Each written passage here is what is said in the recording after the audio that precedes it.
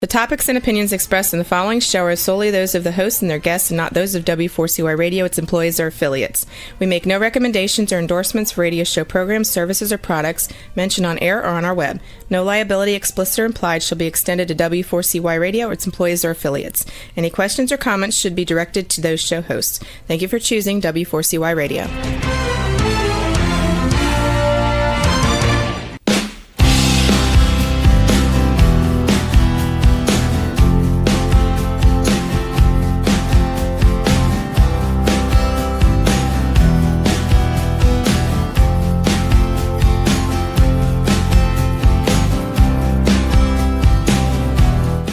Okay, welcome to the first show of Next. The opportunity to think about what it is your next chapter will be like and how you can shape it for yourself. Actually, how I got to this idea is kind of interesting. I was in a bit of a slump, actually, and I went to this program that I go to every 2 years called Thinkers 50, and it's in London. A lot of my friends go. Everyone there has a pretty, I was going to say extinguished, but distinguished career. And I'm there sort of saying, well, I'm kind of not in that place anymore. And I wasn't sure how I felt about it. In fact, I didn't like it at all. And during that program, there were a lot of great speakers, very well-known people, and actually the audience was quite well-known itself. And there were about 600 people there.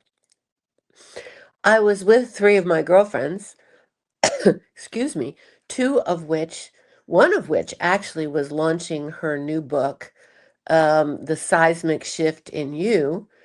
And the other one had just recently launched a new book. She and I had co-authored a number of books together, actually, at a previous time. So I started thinking, Linda Gratton, who is a pretty well-known professor at the university, at London School of Business, not the university, the London School of Business, and a big-time author, real nice person. I know you're thinking they're probably, oh, another egghead, but she's not like that at all. In fact, most of the people there are not like that at all. You'd be surprised. So Linda gets up to talk. And what she says was sort of startling. She talked a little bit about AI. Who doesn't today? That's the new locomotive of the 21st century. More to come on that on this show. But what Linda said is it used to be that people's life expectancy, in a good way, if all things were good, was probably for U.S. citizens about 77, 78. I said, well, okay. And then she said, and this was the startling part, that people today, and most people in this room, barring any other difficulties, are going to live to be 100. And her caution was, if you're going to live to be 100, what does that next chapter of yours look like? And how are you going to shape it? Well, that stopped me in my tracks. Because I had pretty much said, oh, in the big picture of life, for what I wanted to do with my career, I had done most of that. But then I started thinking, there's more that I want to do. There's more that I can do. There's more that I can contribute. And frankly, I don't know about all of you, but I was a little bored with this kind of semi-retirement situation that I was in. I wanted more out of my life. I do a lot of traveling, and that I love because I always wanted to travel the world. But what was I doing with all of that? So that's where I started to think a lot of people in this room are in their 70s. I know people who I associate with who are in their 70s. Some are just loving golf and taking care of their grandchildren. Others are doing other significant things in their life, carrying on their profession. Some person I worked with that I've known for many years on the West Coast said, I'm probably going to work till I'm 80. I love what I'm doing. So I started thinking about this. And originally, I was going to focus this show on people who are 70 and older, who have continued to do significant things in their life.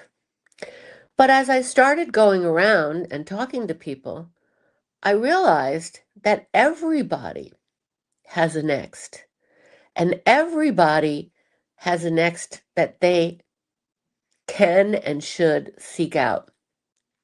I mentor some students from UNCW, which is University of North Carolina in Wilmington, which is in the area which I live. And every one of those students is spending a lot of time thinking about their next, which would make a lot of sense for people at that age starting their career.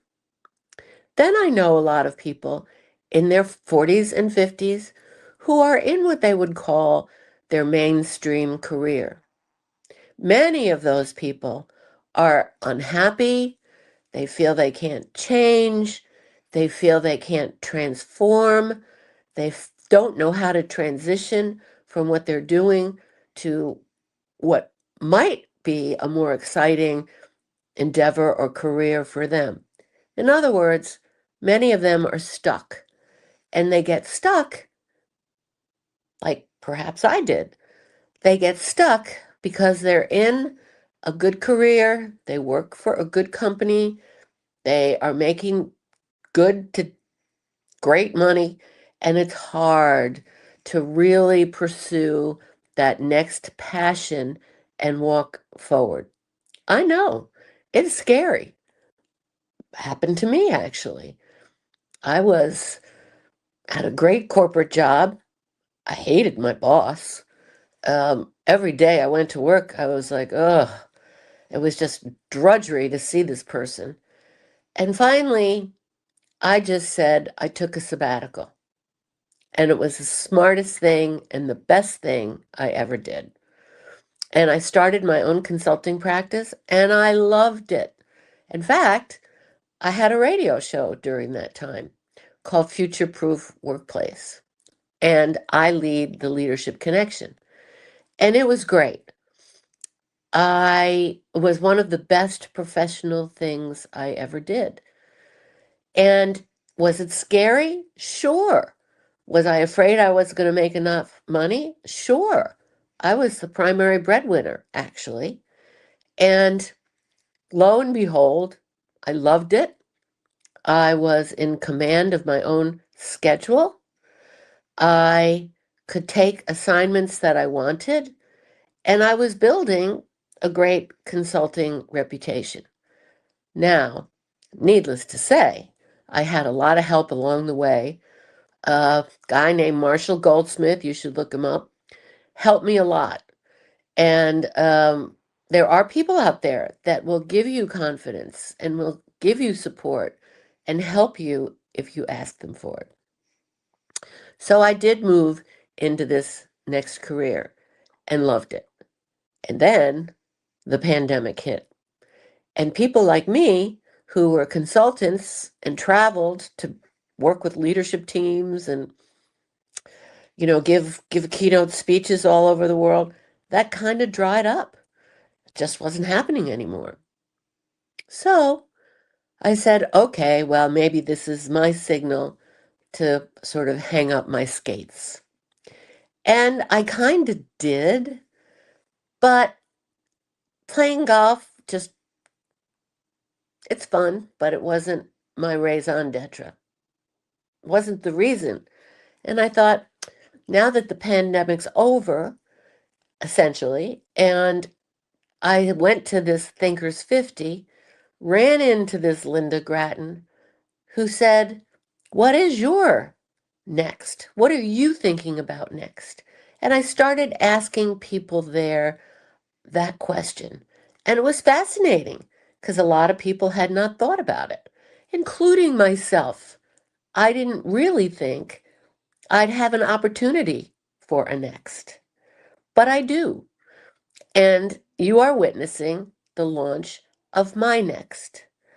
I plan to do this every 2 weeks for a half an hour to 40 minutes. I've lined up some great people who have worked on and are working in their next. And they see a future. And you know what? Guess what? We all know this intellectually. Have an exciting purpose is the key to a great life. And your purpose can be lots of things, but it's got to be one that excites you and turns you on. So the focus of this show is going to be next. What's your future? What are you thinking about?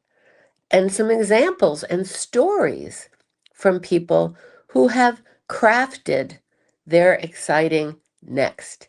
And you know what? It's age agnostic. It can be at any age. And if you're 50 and you're bored to death and you're doing the same old thing, think about your next. And I have some steps that you can do and you can take to move yourself through that to your next transformation.